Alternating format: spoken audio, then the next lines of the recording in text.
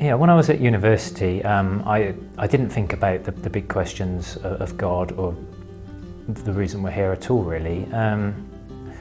It was when I was working, I was in the workplace and I was on a business trip somewhere, and I went for an airport and I picked up a book fairly randomly from the bookshelf that was Richard Dawkins' The God Delusion. And I read that and it resonated quite a lot. It seemed to make a lot of sense, and I thought, yeah, I agree with that.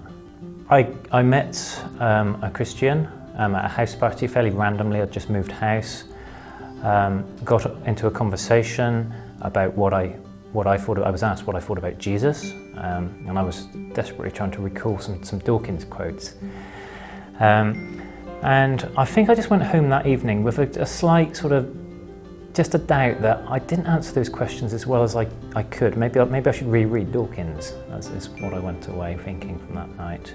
But then I was this friend who I just met followed it up and gave me a few Christian books to read. Mere Christianity by C.S. Lewis. And I read it, and I fairly arrogantly thought that I was going to be able to pull it apart and find the holes in it, because I knew that God didn't exist. But the actuality was very different from that, and that C.S. Lewis made a very logical case for God and for Christianity, and I kind of thought there's more to this than I'd ever given it credit, so I decided to, I guess, look into it a bit more. The case for the moral argument that C.S. Lewis made very powerfully was really compelling. The fact that, yeah, I sort of could recognise that deep sense of right and wrong that was within me, and sort of just looking at sort of the naturalist evolution approach on its own, you can't explain where it comes from. So I found that one really compelling. And just the whole host of reading these books from academics, from the likes of John Lennox and Alistair McGrath, clearly very educated guys. I think I probably arrogantly thought that intellectuals weren't Christians or didn't believe in God. And to be, I mean, clearly clever people believe in God and clever people don't, and it's not a sign of any intellectual. But the fact that there were intellectuals out there that were Christians really kind of gave me a bit of a wake-up call, I think. I got hold of a couple more books, some kind of challenging the Dawkins view, and the Dawkins delusion was one of those. I was also given a couple of books on Christianity, the Case for Christ. That was one, a really compelling argument by a journalist who'd gone through perhaps a similar journey to me, sort of fairly logically looking at a lot of the arguments. And then one Sunday I went to church. I kind of thought, well, okay, if I'm actually going to find out a bit about Christianity, maybe church is the place to go.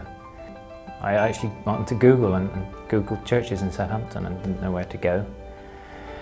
And yeah, just walking in for the first time, and people want to sort of shake your hand and welcome you, and I almost wanted to be anonymous and just hide at the back, and I'm just here to observe, just not part of it. So it was scary.